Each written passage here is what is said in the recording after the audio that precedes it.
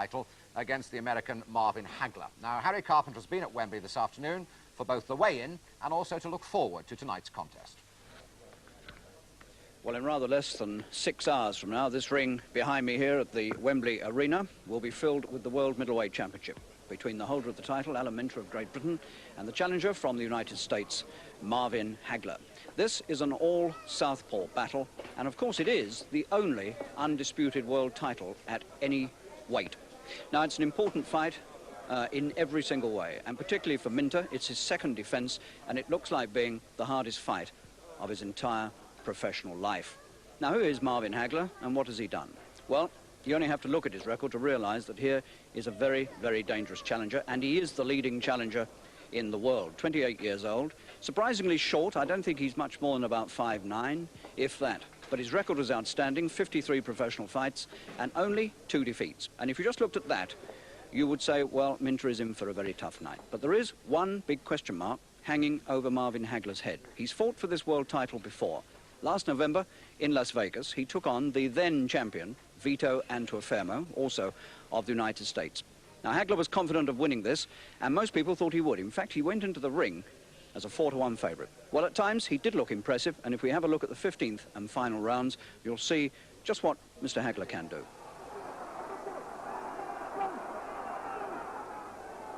Hagler makes another little bit of a comeback.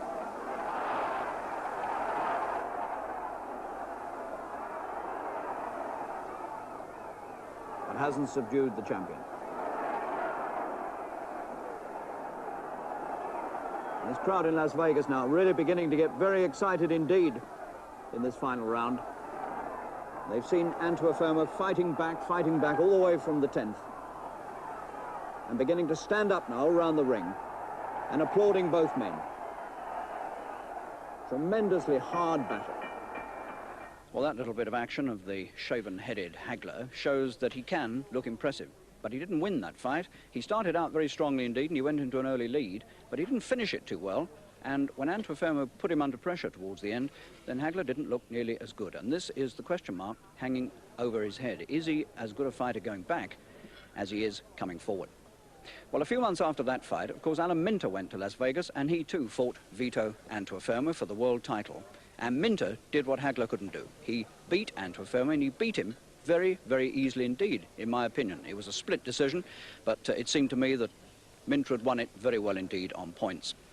And this June, they met again. Antuofermo came to this country to try to get his title back from Alan Minter in this very ring here at Wembley.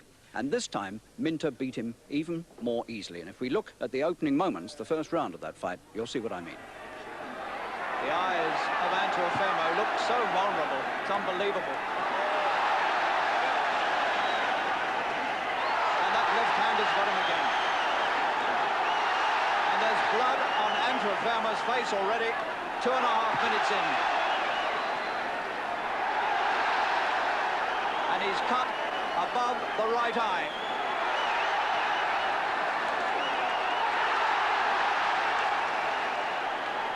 Minter fighting with all the confidence and coolness of a champion. So there in the first round, Antuofermo, the former world champion, was already cut. And as that fight went on, so his face seemed to disappear into a mass of bad cuts. The fight was stopped in the 8th round, and when I went behind the scenes to interview Antuofermo in his dressing room, he'd already had 15 stitches put in those cuts. So Minter is the champion, and tonight he makes his second defence against this man, Hagler. Now, since Hagler arrived in this country, there's been quite a war of words going on with some racist overtones in them. Minter made an unfortunate remark very early on in training about not going to have his title being taken away by a black chap. He later revised it slightly. And then Hagler was thought to be pushing it a bit when he said that he didn't want to shake hands with a white man, but he later pointed out that he never shook hands with any opponent until after the fight was over. Well, the war of words has gone on, but now we come to the reality. And part of that reality today at 1 o'clock here at Wembley Arena was the weigh-in. And the first man to come to the ring was Hagler, the challenger. Well, Hagler came onto the scales at first, quite confidently wearing his underpants and confident, obviously, that he'd make the weight. But he didn't. That was the sensation. His weight was announced as 11 stone 6.5 pounds, which is precisely half a pound over the middleweight limit. Well, there was argument about whether the scales were straight, whether there were too many people in the ring. Somebody suggested that Hagler should weigh in stripped. So, two young ladies who were standing in the ring advertising the sponsor's product were politely asked to remove themselves, and then Mr. Hagler removed his pants, and he got on the scales again, and at first it was said he was 1 ounce over the limit, and then eventually they made up their minds and said, no, he's 3 ounces over, and he had 2 hours to get it off. And of course, if he didn't get it off, then he wouldn't be able to challenge for the world title. So Hagler went away to the dressing room to try and get those 3 ounces off. And then into the ring came the champion, Alan Minter, with a fair army of fans all round the ringside. Minter and his fans lately seem almost to have got a monopoly of the Union Jack, and it now extends to the underpants that Minter wears before all his big fights. And when he stripped off to get onto the scales, he was wearing his Union Jack underpants. No problems for the world champion. He weighed in at 11 stone 5 3/4. So he was 4 ounces under the limit. Well, some 35 minutes later, Marvin Hagler, the American, returned to the ring to try to make the 11 stone 6 pounds. And this time he weighed in his jockstrap, and he made the weight absolutely dead on, 11 stone 6 pounds. Well, I just wondered how much psychologically it had all taken out of Hagler, and he was the man I spoke to first. Marvin, that must have come as a shock to you to come in overweight. Well, not really. I weighed myself in this morning and I was 160. I was surprised at the difference on this scale here, but it don't bother me too much. I've been through this before. Like I say, everything's experience for this fight. I've been through it before, so it's nothing new. I'm just going to take it out on Minter now, that's all. How did you get the 3 ounces off? Oh, well, that's my secret. That's a fighter's secret, and you don't want to reveal that. Have you enjoyed your training in this country while you've been here? So far, it's been very nice. The people that I met have been very good. Now all I want to do is destroy and destruct this man. You know, take my championship belt, which I believe is mine, and come tonight, I'm going to do that. Do you regard Alan Minter as the toughest man you've ever met? Well, I fought better. I'm quite sure. I fought a lot better opponents. I'll see which category he fits in when I step in the ring with him tonight. Okay, we look forward to a good fight. Thank you very much. Thank you. Well, Alan, you've weighed in successfully. Marvin Hagler's having a few problems. What do you make of that? Is he? Well, he couldn't have been too careful, you know.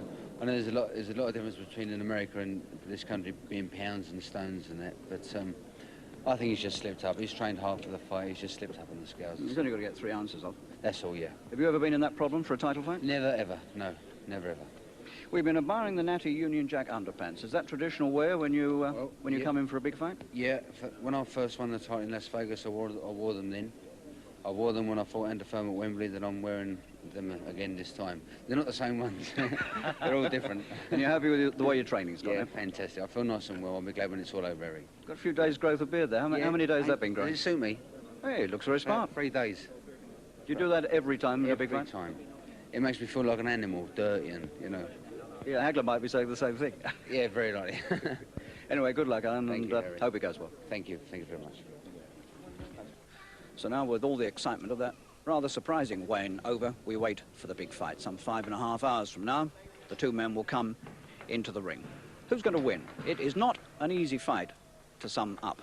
But in view of the comparative form against Ante, you have to fancy Alan Minter to successfully defend his title. He is a slight favourite with the bookmakers, but clearly everybody believes, and I suspect Minter himself must believe it, it is going to be an exceptionally hard fight. And it's a good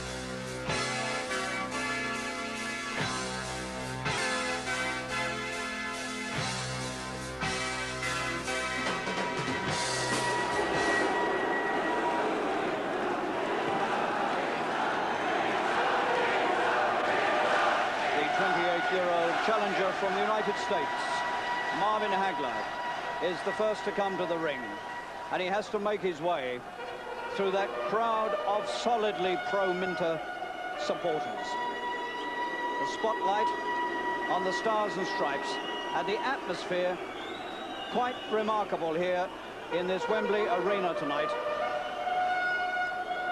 The man, Hagler, calls himself the uncrowned middleweight champion of the world. Famous for the shaven head, which we shall see when the robe comes off, and for his refusal to shake hands with any opponent before any fight.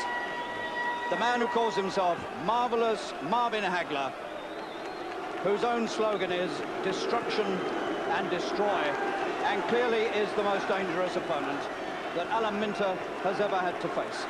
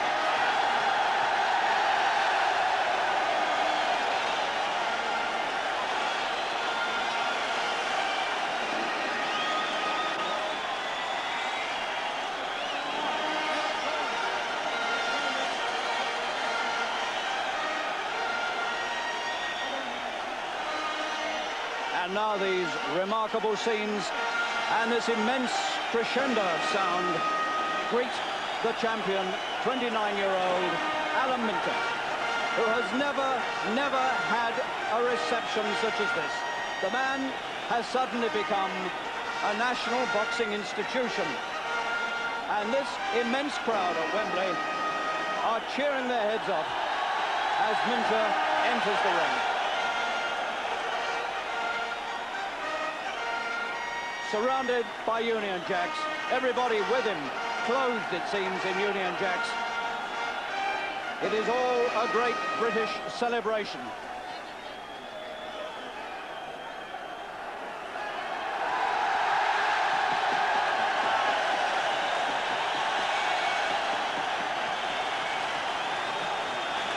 And he comes into the ring to the cheers of 10,000 people, because Wembley Arena tonight is packed to the rafters and expecting victory.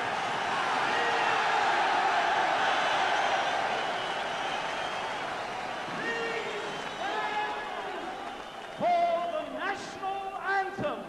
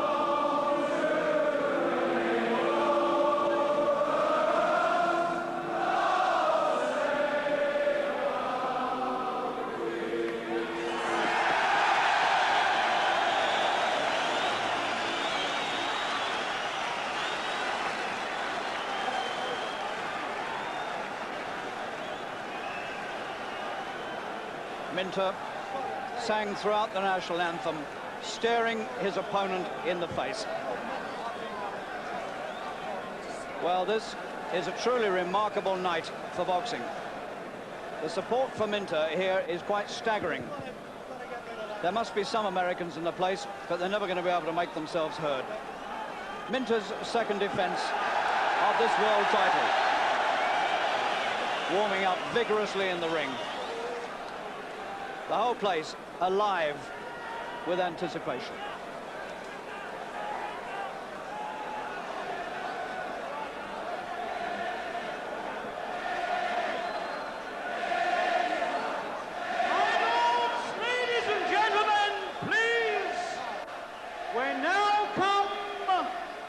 To the main event of the evening.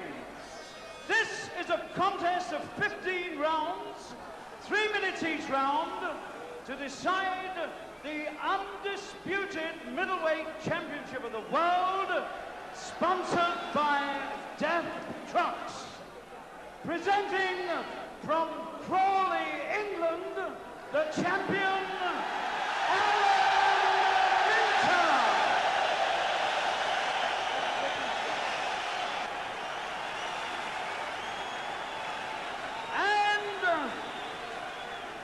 from Brockton in the United States, the challenger, marvelous Marvin Hagler.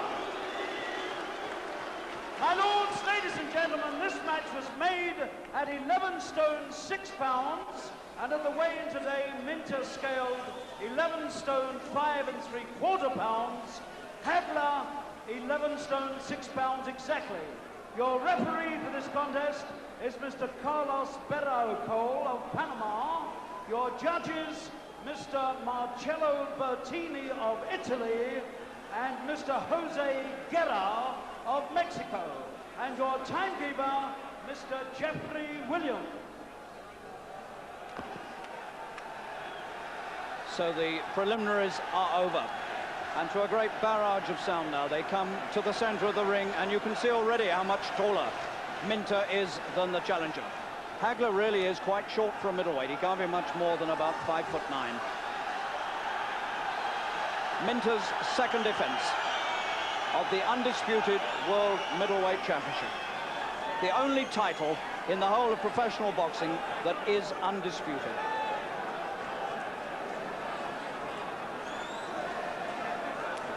Hagler must face Minter and the crowd.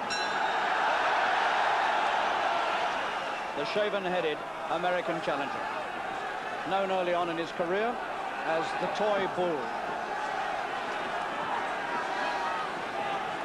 Clearly a dangerous opponent, and Minter is going to be the governor from the start if he can make it.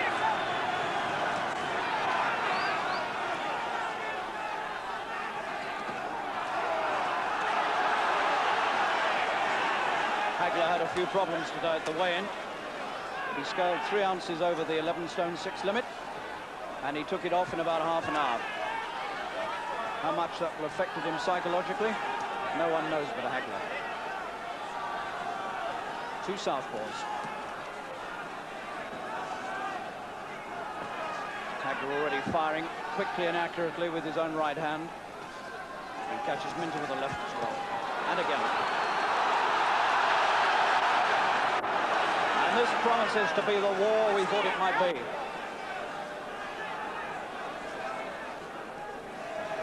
Hagler is said not to be so good if you get him under pressure.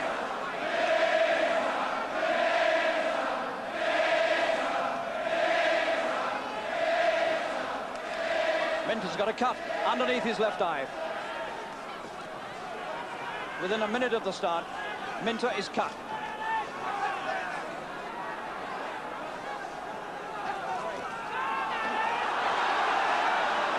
So the accuracy and the stinging effect of Hagler's punching is already apparent on the champion's face.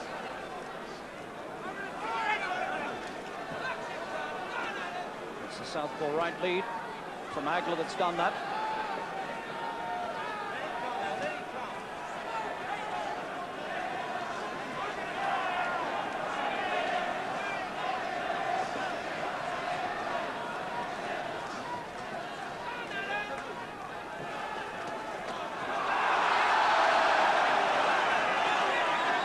These two have got down to business very, very quickly.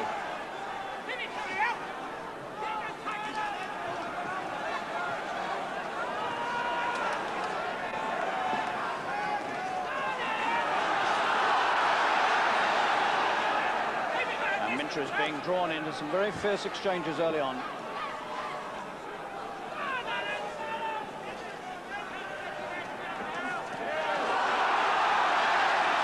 Hagler has come for the title he believes he deserves.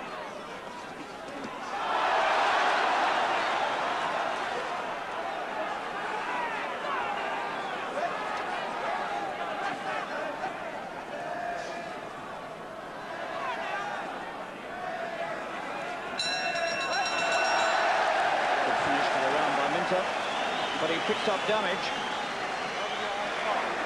in the first minute, and it looks to me as though he might have a second injury, as well as the one underneath the left eye.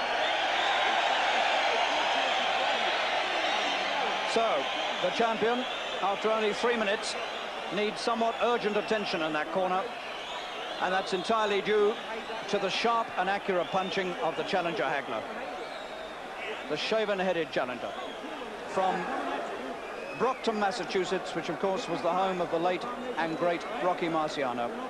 Born in the slums and ghettos of Newark, New Jersey, he moved to Brockton, Massachusetts when he was 16 years old. Now Minter, marked underneath the left eye, and there may be damage elsewhere. Don't try to fucking settle down. All right. Round 2.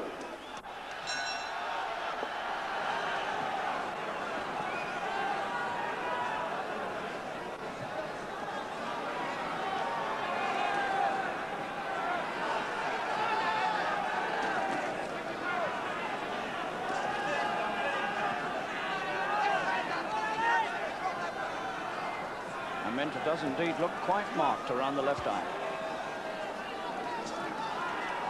This is his old trouble, but he hasn't suffered from it lately. It just shows the immensity of the performance in front of him.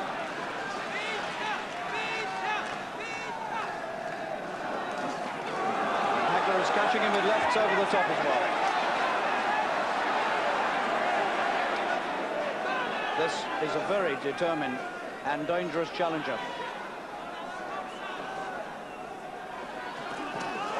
Good punch from Minter.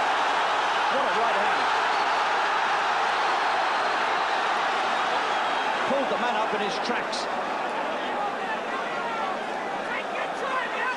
And this is certainly one of the most savage world championships we've seen here in this country for a long time.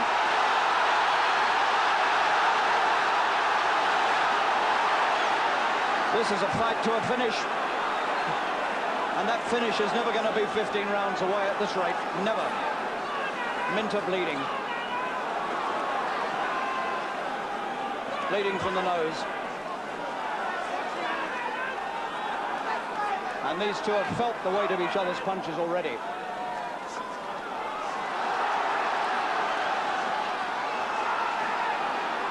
And Minter is picking up quite a lot of punishment as he tries to move in.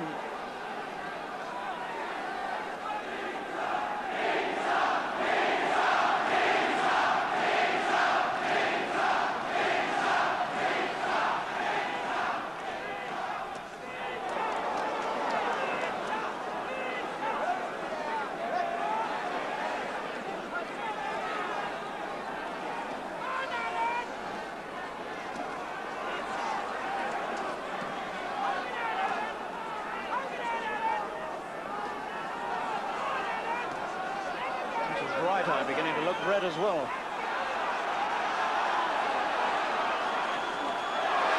Good left hand for Minter.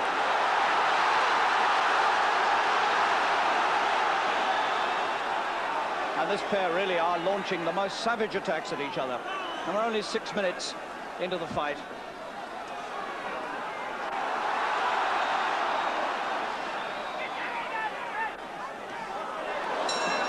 That really was a very fierce round indeed.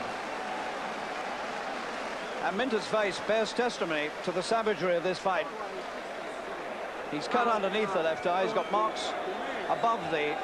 He's cut underneath the left eye. He's got marks above the left eye. His nose is bleeding. And really, he has taken more punishment in the first 2 rounds of this fight than in several recent fights put together. Hagler, unmarked, but occasionally felt the weight of Minter's punching and didn't seem to like it too much. One punch absolutely pulled him up dead in his tracks. Well, the man promised a war. He said the title was rightfully his and he was coming to get it. And he certainly is trying that. And Minter is going to have to pull out the fight of his life to win this.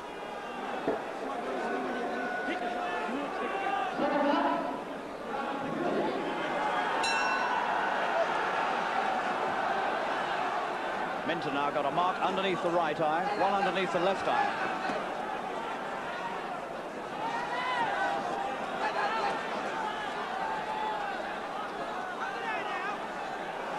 And we haven't seen Minter looking this marked for a very long time indeed. All his 60 feats, Minter, have always come through facial injury. Never been beaten on points, never been stopped by punches, always on cuts. Nose bleeding as well. And Hagler is looking a very sharp and dangerous puncher.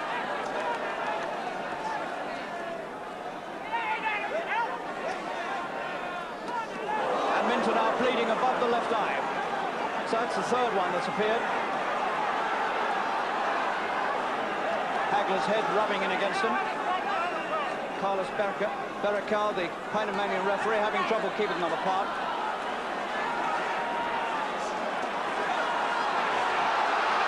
Minter's picking up hard punches as he tries to fight back. He's being forced into a real war. He's smothered in blood, Minter, and he's in desperate trouble in the third round. He can't keep the man away. Hagler will not be denied.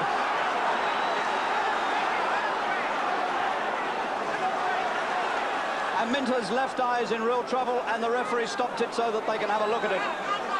It is a really very bad cut over Minter's left eye, and it stopped. It stopped in the third round, and Hagler's on his knees, acclaiming his victory. He said he was the rightful champion, and he's won it in 3 rounds, and people are throwing beer cans. One's landed on me. Beer cans are being hurled in all over the ring. There's a fight started over Hagler. Somebody's attacking him, and there is chaos here, absolute chaos. I'm smothered in beer, so are all my colleagues around me. And people are trying to attack Hagler. Police are trying to move into the ring to protect Hagler. Oh, I've been struck on the head by a bottle. And this is the worst scenes we've ever seen at Wembley in any boxing ring in this country. It's absolute chaos. The crowd are mad with this. And clearly they're accusing Hagler of using his head against Minter and causing Minter to lose the world title. And the rage has broken out all around Wembley. And these scenes are a shame and a disgrace to British boxing. But there it is, that's what's happening. And we've all taken our share of it around the ringside, I can tell you.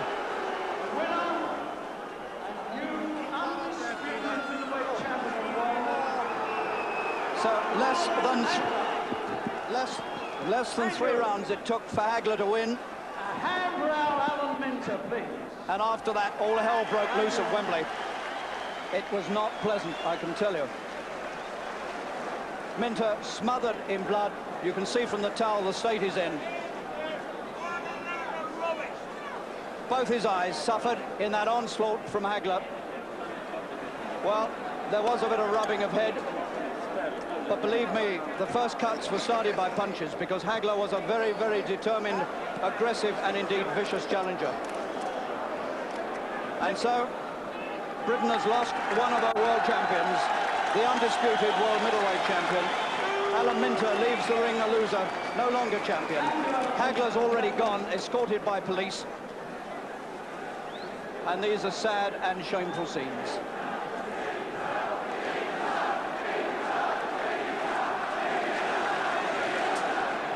So, the World Middleweight Championship that promised so much has dissolved and crashed into a really horrendous scene at Wembley. Bottles and cans were being hurled full of beer from all parts around the ringside. And even as I speak, people behind me are yelling abuse into the ring at that finish. a British boxing crowd wasn't able to accept defeat. And even the MC now has made an announcement to the crowd that the behaviour has been disgusting. And I echo that. Marvin, congratulations. That was some performance. Thank you very much. It's well deserved. I know that. Believe me, it didn't come easy. Were you surprised how easily he cut? Well, you know, I was ready for the 15 rounds. I trained hard and everything. I punished his body, and I believe that's what you have to do. I give a lot of credit to Alimenta. He fought like a champion. The way to go out is the hard way. You know, you came hard and you go out hard. And so he shouldn't feel any embarrassment or anything like that. I figured that he was beat by a better fighter, and it was good. I leave a rematch or whatever up to my manager and trainer, you know, and all the other people. But right now what I want to do is relax a little bit and come back as a fighting champion. Those 2.5 rounds were pretty tough at times, weren't they? They were good, you know. That's what it's all about, of being in there for a championship fight. I learned from the first time when I fought Antiformio. I wanted it real bad. I think I even wanted it, and I lightened up a lot, hoping that I can almost get it as a gift. I worked hard that fight there, too, but this one here, I put in a little bit more. I went to school after the Antiformio fight, and my trainer and I we worked extra hard, and everything just come together. And I thanks for the sparring partners that I had. And like I said, you know, he was just falling into the right place that I wanted to put him. Did you think all the cuts were caused by punches? They were, all by punches, good punch shots, you know, no complaints about anything. Everything was right on the money.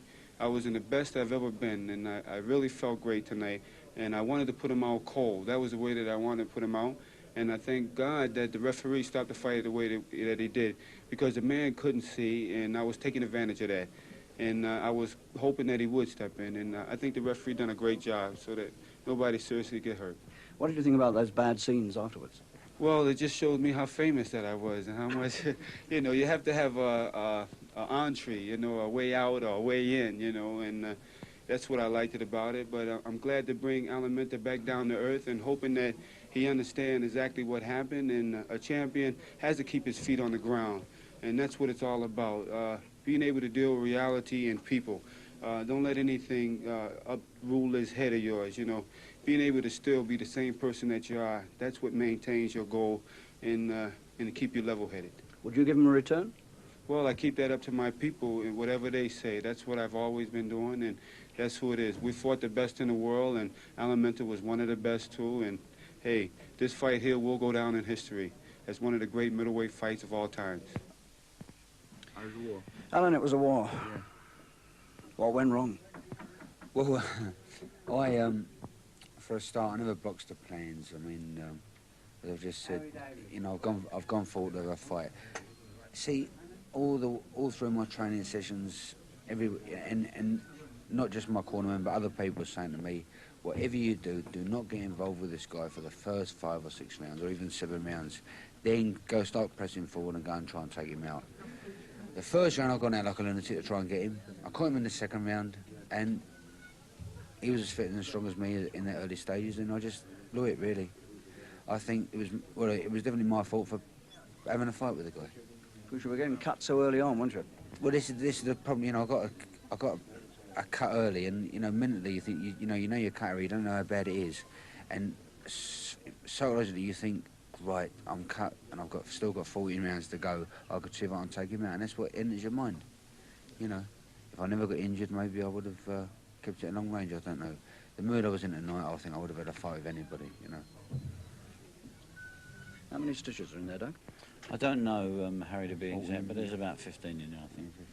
The one over the left eye was the bad one. That was very bad, yeah. I mean, there was no possible way he could have continued with that because it was flapping open completely, and the obvious thing, I mean, with another 12 rounds to go, the obvious thing to do was to come out, you know.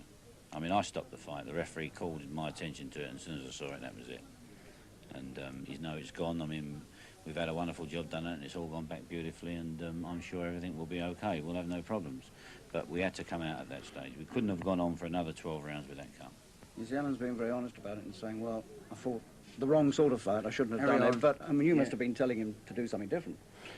Yeah, well, you see, you know, Alan's quite right to say what he says, and that's the way he feels, you know. But, you know, we must say this. I mean, the first couple of punches that were delivered in this fight, Alan got cut. you know, that immediately changes the course of any planned fight. I mean, if you cut in the first round of a 15-round fight, I mean, it takes some sort of an Iceman to continue with a plan after that. And, you know, Alan just reverted to his natural way, which is to have a fight. When he's in trouble, he usually fights his way out. It just never come off this time.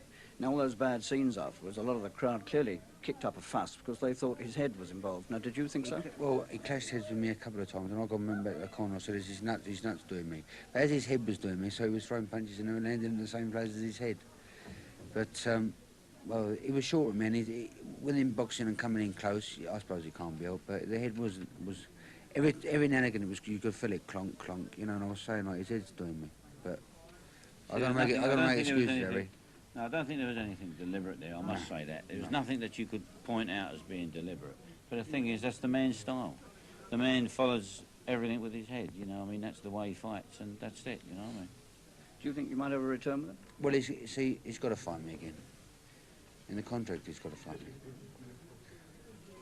So, it's on, so he's got to fight me. You're going to need a bit of time, though, for those cuts. I'm going to have 6 months. I was going to have 6 months off anyway. We were going to have 6 months. Don't matter what was happening, Harry. But, you know, I mean, I never boxed. Used to be boxed a lot better, I know. I don't make excuses. I box not like a mug, but I got too involved and that's it. But I've learned a lesson. It's a terrible way to learn a lesson, but I've learned a lesson, Harry. Well, we've done it before. We've done it before. You know? We've had cuts before and come back, and Alan, in this frame of mind, if he wants to do it, can do it again. Alan, we can all understand it's a sick night for you. You've taken it very well, and if some of the people out there had taken it as well, it would have been better. How was it out there? It was very rough and nasty. Yeah, we're very sad about that. That is a shame. What did they do then? Beer cans, bottles being thrown in, people jumping into the ring, or fights with the Well, police. not after me. Not No, after just you. No. disappointed. Very angry with Hagler because they thought he'd used his head. Just yeah, well, you know, if he used his head, he wasn't into, you know, he never done it. He never meant to do it. It just happened. You know, really, 15 rounds, you know, a world-class fighter like I am, I could have walked out there and gone, OK, Marvin, come and take my title, and I could have moved and moved. Don't get involved at all. Let the rounds dribble by, then go in and try and have a fight. But